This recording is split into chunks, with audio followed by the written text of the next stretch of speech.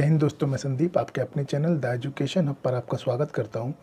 दोस्तों, हम लोग जो संविधान पढ़ रहे हैं उस पर हम लोग अनुच्छेद 79 तक पढ़ चुके हैं। आज हम लोग 79 में हमने संसद के बारे में पढ़ा था।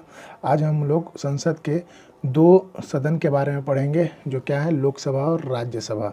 तो स्टार्ट करते हैं। तो आज पहले हम किसके बारे में पढ़ेंगे? जो संसद है, तो संसद में कितने सदन हैं? तो दो सदन हैं। कौन कौन से? तो देखिए, एक आपका क्या था, लोकसभा, और एक आपका राज्यसभा। अब इन दोनों के बारे में समझते हैं। देखिए, आपके 79 में किसकी चर्चा है? तो आपके 79 में है संसद की चर्चा, संसद की। और 80 में आपके है राज्यसभा की चर्चा, और 81 में है आपके किसकी? लोकसभा की चर्चा। अब देखिए, इन दोनों के बारे में हम लोग समझते हैं। देखिए, राज्यसभा जो है वो कैसा सदन है?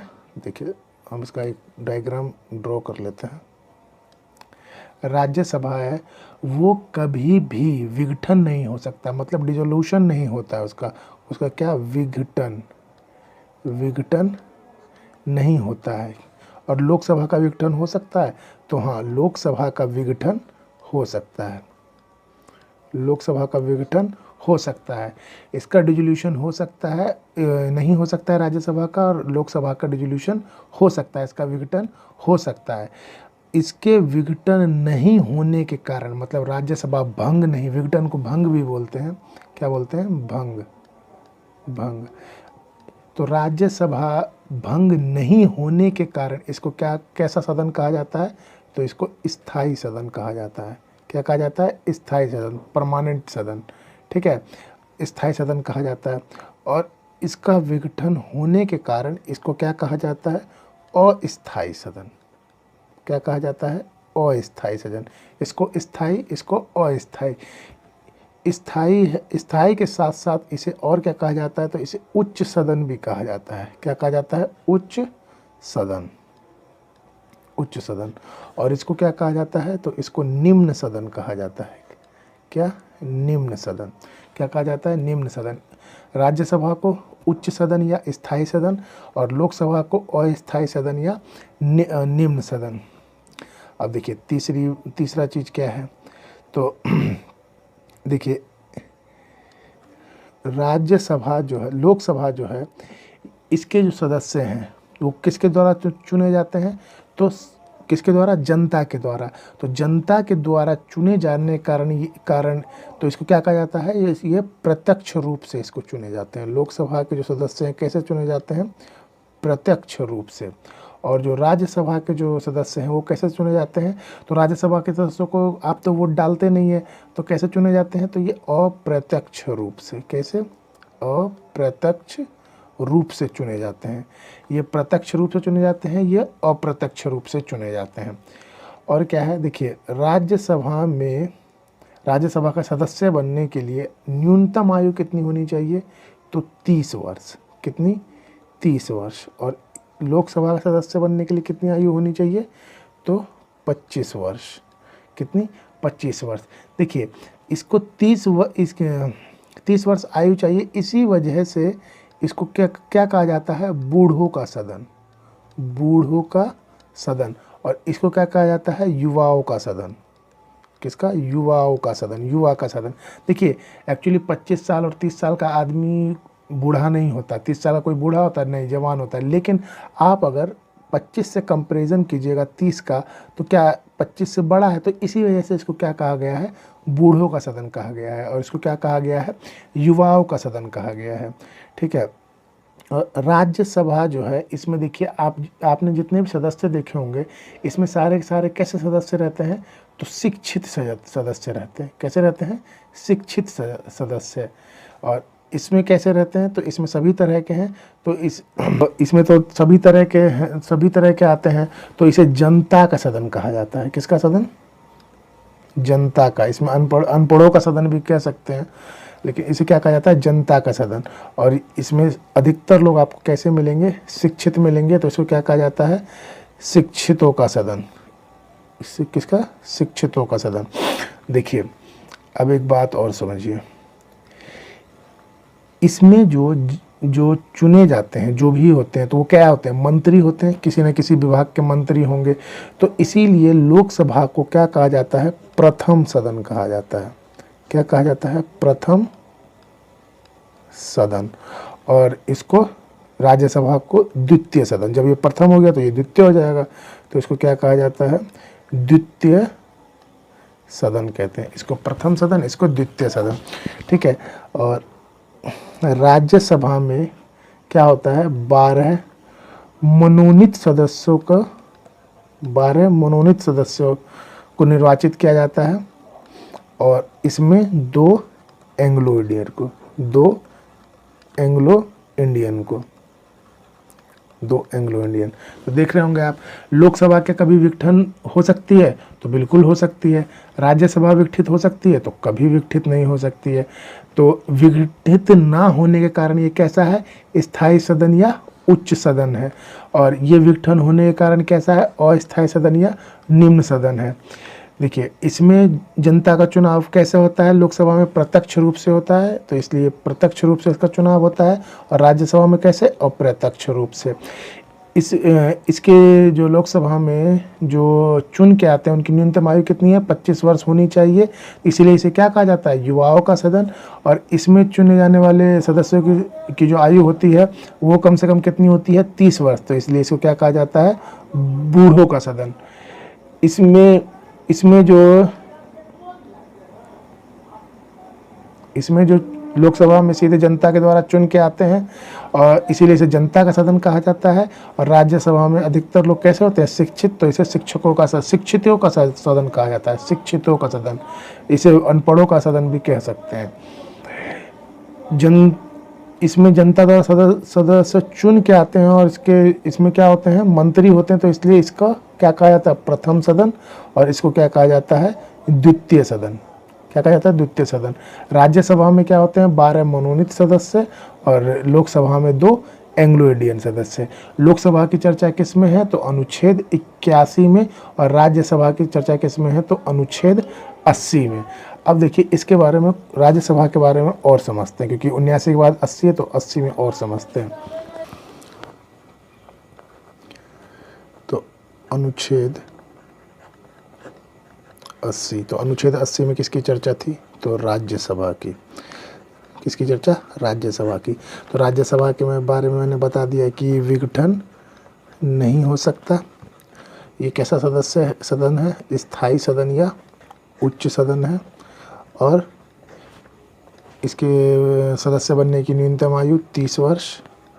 इसे और क्या कहा जाता है, तो शिक्षितों का सदन कहा जाता है। और क्या कहा जाता है इसे, तो बूढ़ों का सदन कहा जाता है, बूढ़ों का सदन कहा जाता है, ठीक है। और इसमें कितने सदस्यों को मनोनीत किया जा सकता है, 12 मनोनीत सदस्य। और इसमें टोटल कितने होते हैं, 245। तो अगर आप 12 को हटा दीजिएगा तो निर्वाचित कितने होते हैं, 12 को हटा दीजिए तो 233 जो है वो निर्वाचित होते हैं, और बाकी 12 को मनोनीत किया जाता है। देखिए, राज्यसभा से चुनाव लड़ने के लिए आप किसी भी शहर, किसी भी प्रदेश, किसी भी राज्य से लड़ सकते हैं। जैसे कि डॉक्टर मनमोहन सिंह, वो कहाँ के रहने वाले थे, तो पंजाब के, लेकिन वो राज्यसभा में कहाँ से आते हैं, तो असम से आते हैं। तो कोई भी राज्यसभा का जो भी सदस्य बनना चाहता है, वो किसी भी स्टेट से निर्वाचित हो सकता है, ठीक। अब देखिए, ये तो हो गया 80 में राज्यसभा की चर्चा है। और 80 के कौ में, किसमें, 80 के कौ में। तो 80 के कौ में ये जो 12 जो मनोनीत सदस्य हैं, 12 जो मनोनीत सदस्य हैं, उनकी चर्चा किस में है, 80 के कौ में। 12 मनोनीत सदस्यों की चर्चा है। तो 80 के कौ में किसकी है, 12 मनोनीत सदस्यों की चर्चा किस में है, 80 के कौ में है। राज्यसभा के जो सदस्यों का कार्यकाल है, राज्यसभा के सदस्यों का कार्यकाल कितने साल का होता है,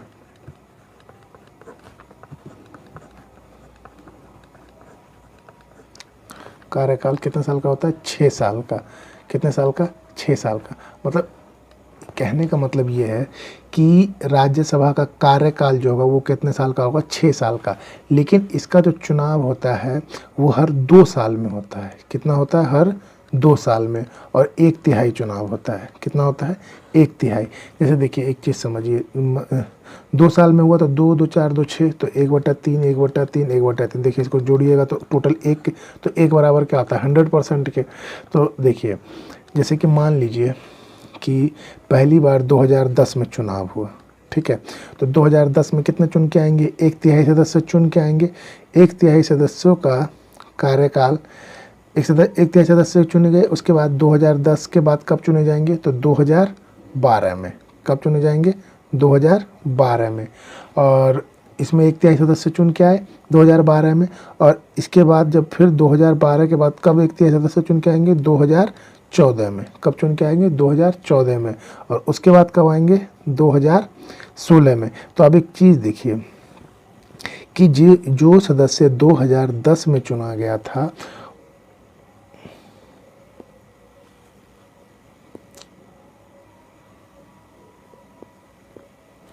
जो सदस्य 2010 में चुना गया था उसका कार्यकाल कब जाके ख़त्म होगा, तो 2016 में।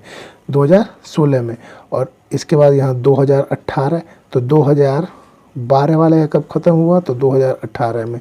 इसी तरह 2020 तो 2014 वाले कब ख़त्म होगा, तो 2020। लेकिन देखिए 1/3 सदस्य में क्या हो रहा है कि जो हर 1/3 हर 2 साल में हो रहा है। तो 2016 आज जैसे 2014 में आए, जो जिसका कार्यकाल 2014 में शुरू हुआ, ठीक है, वो आगे गया। और यहाँ पे मतलब जो 2010 वाले थे उनको हटा दिया गया और 1/3 सदस्य मतलब फिर से 1/3 सदस्यों को लाया गया, उनको चला दिया गया। तो इस तरह से प्रक्रिया चलती रहती है। इसके चलने के कारण क्या हुआ कि ये विघटित नहीं हो सकता, क्योंकि ऐसा थोड़ी है जैसे लोकसभा में क्या होता है कि हर 5 साल में चुनाव हुआ, 5 साल में चुनाव हुआ, एक सरकार गई फिर दूसरी आ गई, मतलब सदन जो है विघटन हुआ और फिर दोबारा से बना। लेकिन इसमें क्या है, ये कभी विघटित होता ही नहीं है। ये क्या नहीं होता है, विघटित नहीं होता है। ये हर 2 साल में सदस्य आते हैं जाते हैं, आते हैं जाते हैं। तो जो सदस्य है उसका कार्यकाल तो 6 साल होगा, लेकिन बीच बीच में 2 साल तक सदस्य आते जाते रहते हैं, आते जाते रहते हैं। और ये जो 12 मनोनीत सदस्य की चर्चा है, इसमें किस प्रकार के सदस्य होते हैं, तो इसमें देखिए किस प्रकार के सदस्य होते हैं, जो विज्ञान से रिलेटेड होते हैं, विज्ञान से और खेल कूद से और कला से, इन सभी चीज़ों से जो रिलेटेड होते हैं, जिन्होंने इसमें बहुत अच्छी ख्याति प्राप्त कर ली होती है, तो उन्हें राज्यसभा का सदस्य चुन दिया जाता है। जैसे कला में अगर आप देखेंगे तो आपने रेखा को देखा होगा बहुत बार राज्यसभा में। इस तरह खेल कूद में सचिन तेंदुलकर को बना दिया गया। तो मनोनीत सदस्य में किनको लिया जाता है, जो विज्ञान से हो, खेल कूद से हो, कला से हो, किसी भी क्षेत्र से हो, शिक्षा के क्षेत्र से हो, उनको भी मनोनीत कर दिया जाता है। ठीक, और ये समझ गए कि 2 साल का राज्यसभा का कार्यकाल होता है, 6 साल का है, लेकिन हर 2 साल में सदस्यों का चुनाव किया जाता है। देखिए मैंने बताया कि राज्यसभा में जो सदस्य हैं वो तो 245, एक्चुअल में राज्यसभा में जो सदस्य हैं वो कितने हैं, 250 है। लेकिन देखिए आप एक चीज़ समझिए,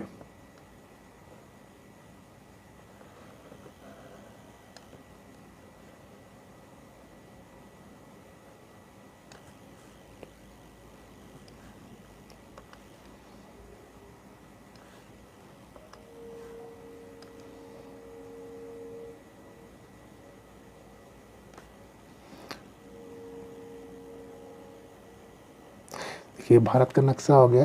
तो ये जो हिस्सा है ये क्या है, ये पीओके है। क्या है, पीओके, पाकिस्तान ऑक्यूपाइड कश्मीर। तो उन्होंने कब्जा कर लिया। तो इसमें जो 5 सीटें हैं उनको अभी भी हम लोग उनके नाम पे रखते हैं कि उनके नाम पे रखते हैं, उनके नाम पर। ये 5 सीटें कहाँ की हैं, पीओके की हैं। तो उसमें से 5 चली गई तो कितनी बची, 245 बची। लेकिन हम लोगों ने 5 सीटें अभी भी रखी है कि जब पीओके हमारे पास वापस आएगा तो हम उनको वो सीट देंगे। तो इसका मतलब आप समझ रहे हैं कि पीओके एक ना एक दिन हमारे पास वापस आने वाला है, तो वो बिल्कुल ज़रूर आएगा। तो इसी कारण वजह से क्या है, वैसे तो कितनी है टोटल, 250 है, लेकिन 5 माइनस कर दिया है तो राज्यसभा के सदस्यों की संख्या कितनी हो जाती है, 245 हो जाती है। कितनी हो जाती है, 245। देखिए राज्यसभा की जो पहली बैठक हुई थी वो कब हुई थी, राज्यसभा की पहली बैठक कब हुई थी? तो 3 अप्रैल 1952 को। कब हुई थी? 3 अप्रैल 1952 को। उस टाइम राज्यसभा का नाम था काउंसिल ऑफ स्टेट। क्या था? Council of state. 1954 में, कि कब? 1954 में इसका नाम क्या कर दिया गया? राज्यसभा। पहले क्या नाम था? तो काउंसिल ऑफ स्टेट था, और 1954 में इसका नाम क्या कर दिया गया? राज्यसभा कर दिया गया। देखिए इसकी कुछ, जैसे राज्यसभा के बारे में समझिए, इसकी कुछ विशिष्ट शक्तियाँ भी होती हैं। तो विशिष्ट शक्तियाँ कौन कौन सी होती है? इसकी 4 विशिष्ट शक्तियाँ हैं।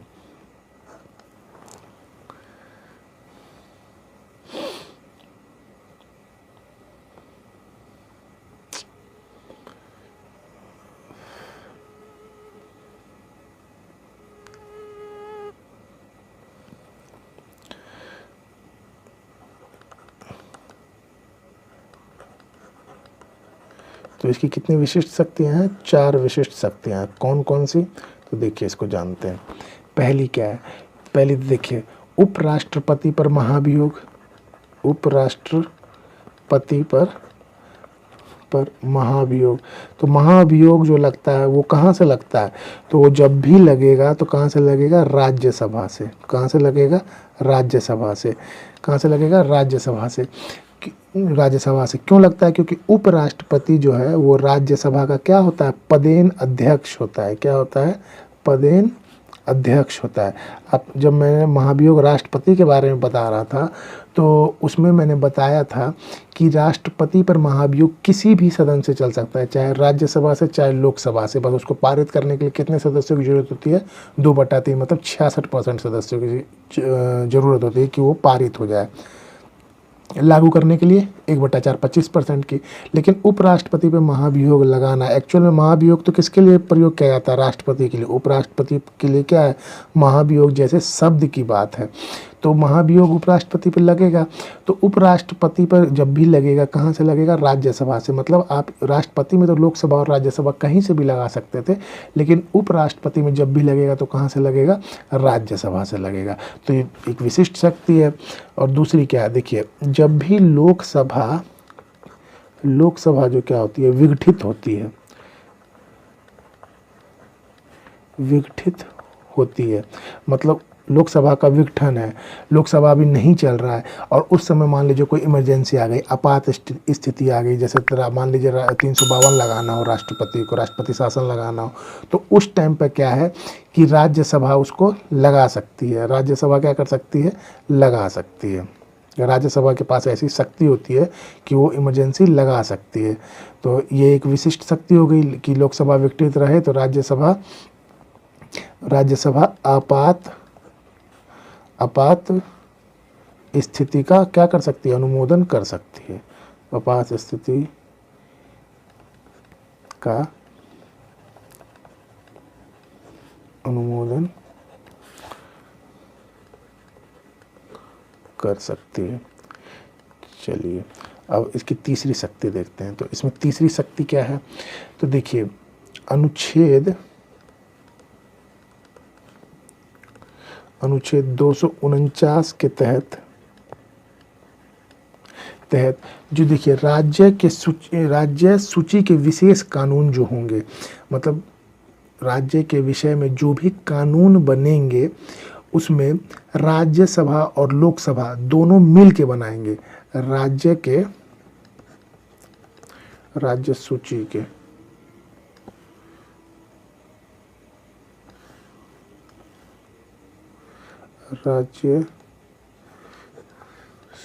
के विशेष कानून।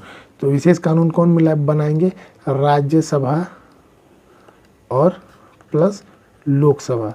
राज्यसभा और लोकसभा दोनों मिल के बनाएंगे। लेकिन अब इसमें विशिष्ट बात क्या है? तो उसकी जो शुरुआत होगी वो कहाँ से होगी? तो वो हमेशा जब भी होगी वो कहाँ से होगी? राज्यसभा से होगी। कहाँ से होगी? राज्यसभा से होगी। कानून 249 के तहत बनेगा, लेकिन जब भी बनेगा चाहेगा तो दोनों मिल के बनाएंगे कानून। देखिए, एक जैसे लोकसभा में पास हो गया तो राज्यसभा में पास होना चाहिए, तो दोनों मिल के कानून बनाएंगे, लेकिन इसकी शुरुआत कहाँ से होगी? तो वो राज्यसभा से उसकी शुरुआत होगी। और चौथा क्या है, तो अनुच्छेद 312 के तहत देखिए, अनुच्छेद 312 के तहत देखिए, नई अखिल भारतीय सेवा का सृजन जो होगा वो राज्यसभा और लोकसभा मिल के करेगी। क्या करेगी? राज्यसभा और लोकसभा मिल के करेगी। देखिए, अखिल भारतीय सेवा का मतलब क्या है? जो यूपीएससी है, यूपीएससी की मतलब आप मान लीजिए किसी नए पद की सृजन करना, नया पद बनाना है। कोई जैसे अभी आईएएस है, आईपीएस है, ये सारे पद हैं। मान लीजिए उन्हें कोई एक नया पद लाना है, तो उस पद का सृजन कौन करेगी? राज्यसभा और लोकसभा मिल के करेगी। लेकिन इसकी शुरुआत कहाँ से होगी? तो वो राज्यसभा से होगी। तो अनुच्छेद 312 के तहत नई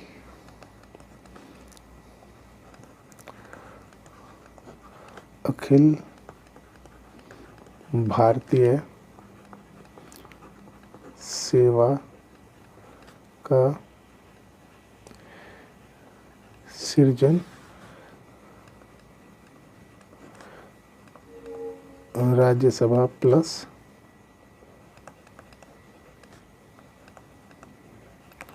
लोकसभा मिलकर करेगी। लेकिन शुरुआत कौन करेगी? तो शुरुआत राज्यसभा करेगी। तो ये इसकी क्या हो गई? विशिष्ट शक्तियाँ हो गई। देखिए, जब इसकी कुछ विशिष्ट शक्तियाँ हैं तो इसकी कुछ कमजोरियाँ भी होंगी, तो उस कमजोरियों के बारे में समझ लेते हैं। तो इसकी जो राज्यसभा की जो कमजोरी है वो क्या है? तो राज्यसभा की कमजोरी, तो राज्यसभा की कमजोरी क्या है? तो नंबर 1 देखिए, किसी भी चीज़ के लिए पैसे का होना बहुत ज़रूरी है। इसीलिए कहा जाता है बाप बड़ा न भैया, सबसे बड़ा रुपया। तो देखिए, अगर मान लीजिए कोई भी बजट पास करना है, तो उसके लिए पैसे की ज़रूरत है। तो वो बजट लोकसभा ने पास कर दिया कि हाँ ये बजट पास होता है, तो राज्यसभा उसको अपने पास अधिकतम अगर रोक सकता है तो 14 दिन तक रोक सकता है। क्या होगा? 14 दिन तक रोक सकता है। कोई बजट पास हुआ तो राज्यसभा के पास गया, तो राज्यसभा या तो उसको पारित कर दे या उसको 14 दिन तक रोक ले। 14 दिन के रोकने के मतलब 15वें दिन वह स्वतः ही क्या हो जाएगा? पारित हो जाएगा। बस क्या है, एक नाम मात्र के लिए राज्यसभा की तरफ भेज दिया गया है। उसके पास तो कोई शक्ति नहीं है कि उसे रोक ले। बहुत रोकेगा तो कितने दिन तक रोकेगा? 14 दिन तक। 15वें दिन वो क्या हो जाएगा? स्वतः पारित हो जाएगा, अपने आप ही पारित हो जाएगा। तो ये कमजोरी है एक तरह की। तो इसमें क्या लिखेंगे कि बजट लोकसभा में प्रस्तुत होता है, परंतु राज्यसभा इसे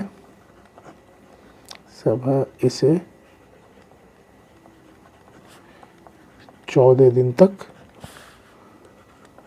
रोक सकता है। 14 दिन तक रोक सकता है। तो ये तो हो गया, इसकी एक कमजोरी होगी। अब चलिए दूसरी कमजोरी समझते हैं। देखिए, जो मंत्री परिषद होता है वो राज्यसभा के प्रति उत्तरदायी नहीं होगा।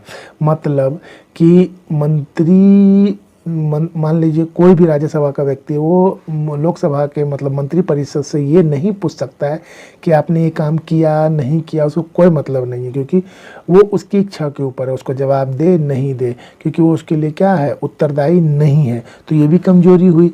तो मंत्री परिषद जो है, मंत्री परिषद राज्यसभा के प्रति उत्तरदायी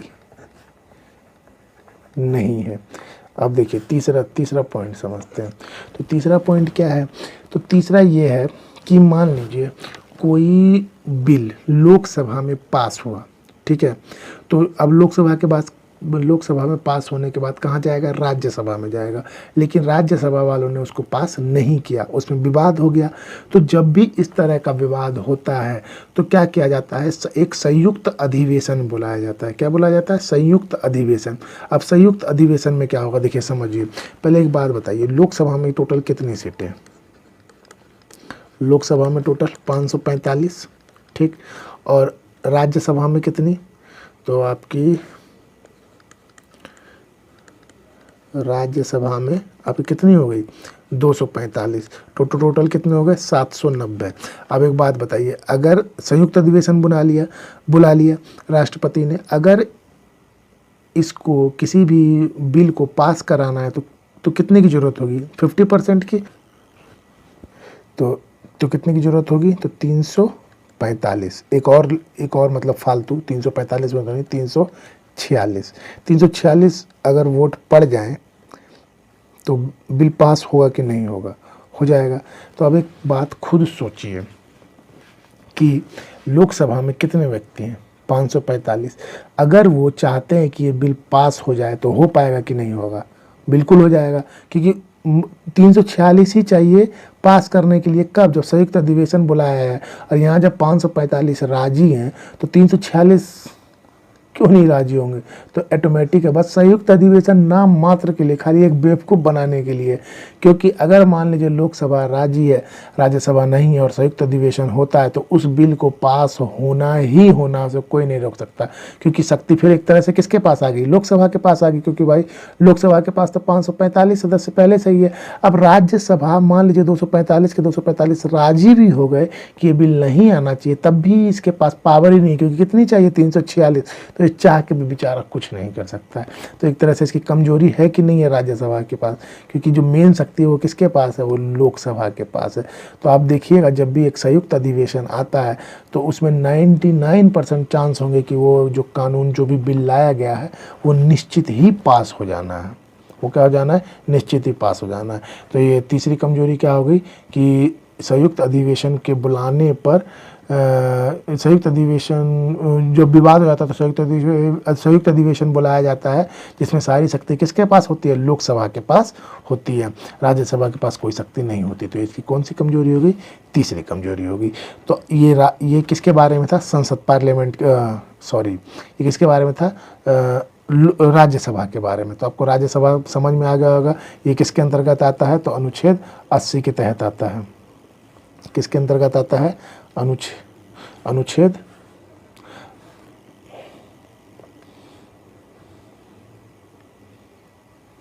इसको छोटा कर लेते हैं।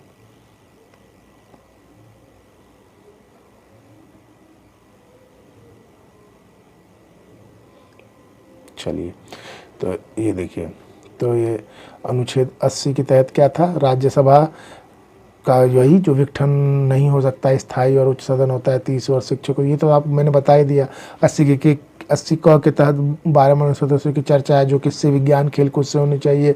2 साल में चुनाव होता है। तो 250 थे, लेकिन पीओ के इसके बाद कितने हो गए, 245 हो गए। ये राज्यसभा के बारे में। और क्या है कि 3 अप्रैल 1952 में जब पहली बार राज्यसभा हुई थी तो उसका नाम उसका नाम क्या था, काउंसिल ऑफ स्टेट। 1954 में इसका नाम क्या कर दिया गया, राज्यसभा कर दिया गया। विशिष्ट शक्तियाँ, इसकी 4 विशिष्ट शक्तियाँ हैं और इसकी कितनी, 3 कमजोरियाँ हैं। अब चलिए अब समझते हैं लोकसभा के बारे में। तो लोकसभा में कुछ ज़्यादा है नहीं। तो अनुच्छेद 81 में किसकी चर्चा है, तो लोकसभा की चर्चा है। लोकसभा की चर्चा है। एक चीज़ और समझ लेते हैं, याद आ गई, बस कुछ ज़्यादा कुछ नहीं है। देखिए, राज्यसभा के सदस्य के लिए कुछ शर्तें होंगी कि आप ऐसे मतलब किस तरह से बन सकते हैं। तो कुछ ज़्यादा शर्तें नहीं है, आप ये पहले भी पढ़ चुके हैं।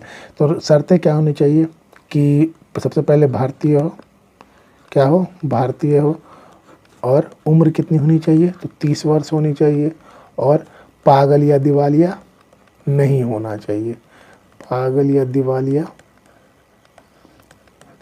नहीं होना चाहिए। और क्या नहीं होना चाहिए, तो किसी भी लाभ के पद पर नहीं होना चाहिए, लाभ के पद पर क्या क्या नहीं होना चाहिए, लाभ के पद पर नहीं होना चाहिए। और मैंने बात बता दिया आपको कि लाभ का पद क्या मतलब क्या होता है, सरकारी नौकरी, मतलब उसकी कोई सरकारी नौकरी नहीं होनी चाहिए। तो एक बात बताइए कि जो मंत्री है क्या वो सरकारी नौकर है, तो नहीं है, उसको सरकारी नौकरी नहीं कहा जाएगा। तो इसमें क्या है, राज्यसभा में पहली बात सदस्य चुने जाने के लिए भारतीय हो, 30 वर्ष उसकी उम्र हो, पागल या दिवालिया ना हो और लाभ के पद पर ना हो।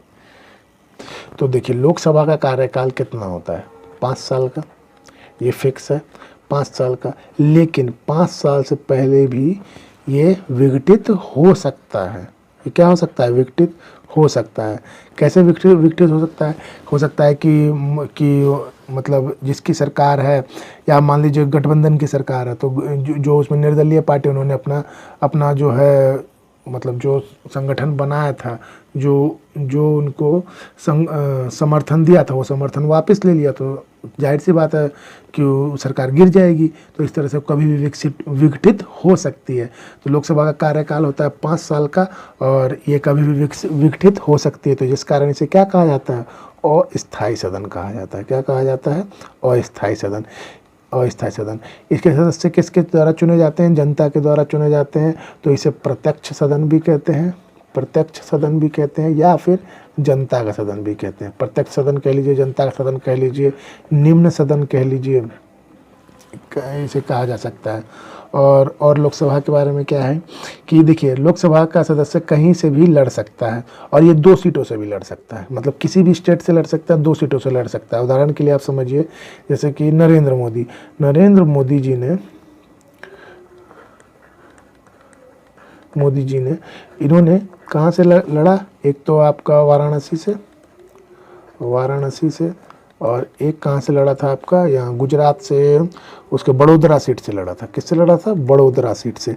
तो वो ये जीतने को तो दोनों भी जीत गए थे, लेकिन उन्होंने एक को त्याग पत्र दे दिया, क्योंकि वो तो एक सीट पर रहते थे, उन्होंने वाराणसी की सीट को रखा और एक को त्याग पत्र दे दिया। तो किससे जीते, वाराणसी से।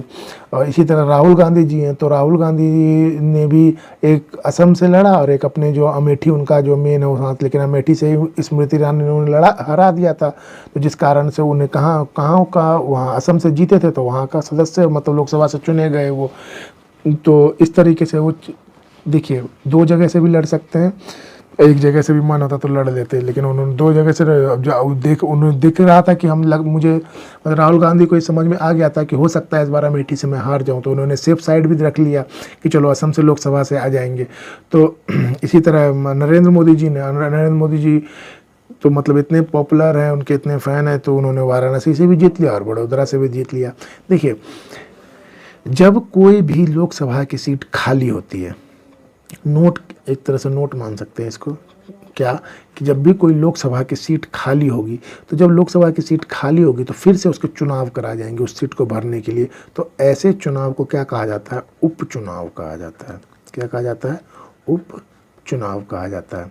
ठीक है, कब कहा, जब लोकसभा की सीट खाली हो जाए,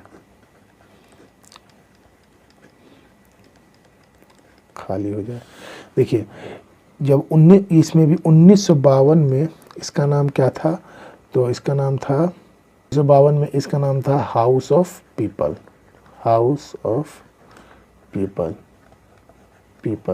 और लेकिन 1954 में इसका नाम क्या रख दिया गया, तो इसका 1954 में नाम रख दिया गया लोकसभा। क्या नाम रख दिया गया, लोकसभा नाम रख दिया गया। ठीक, और क्या है, बस इसमें इतना ही है, क्योंकि अनुच्छेद 81 में लोकसभा की चर्चा है, जिसमें बस इतना ही है, क्योंकि राज्यसभा की कुछ विशेष शक्तियां भी थी, कमजोरियां थी। इसका ऐसा कुछ नहीं, क्योंकि सीधे जनता के द्वारा चुने जाते हैं, सारे बिल बनाने का काम इन्हीं का होता है, जो भी नया कानून लाना है सारे काम इन्हीं पे होते हैं। लेकिन संविधान में कोई भी संशोधन करना हो, संविधान के अंदर जो भी संशोधन होगा और तो उसमें लोकसभा और राज्यसभा के पास समान शक्तियाँ रहेंगी। इसमें ऐसा कुछ नहीं है कि लोकसभा ने पास किया फिर संयुक्त अधिवेशन बुला के उसको पास करवा लिया, नहीं, दोनों के पास कैसी शक्तियाँ रहेंगी, समान शक्तियाँ रहेंगी। कब? जब संविधान के अंदर संशोधन करना हो तो। चलिए, तो आज का सेशन यहीं समाप्त करते हैं दोस्तों। अगर आपको आज का सेशन अच्छा लगा हो तो ज़्यादा से ज़्यादा लोगों को इसे शेयर कीजिए, लाइक कीजिए, और जो नए विजिटर हैं या हैं तो वो क्या कीजिए, सब्सक्राइब जरूर कर लीजिए। आपको आगे वीडियो इसी तरह मिलती रहेंगी। मेरी बहुत सी वीडियो आ चुकी हैं, जैसे आप इंडियन मैप पूरा पढ़ सकते हैं, वो भी पूरी डिटेल के साथ पढ़ सकते हैं। आप साइंस में बॉटनी पूरी डिटेल के साथ पढ़ सकते हैं। और अभी आपकी ये आर्टिकल चल रहे हैं जो मतलब कॉन्स्टिट्यूशन के अंदर, तो ये भी आप पूरी डिटेल के साथ पढ़ा जा रहा है, तो आप इन्हें भी पढ़ सकते हैं। तो आज के लिए इतना ही। Thank you, have a nice day.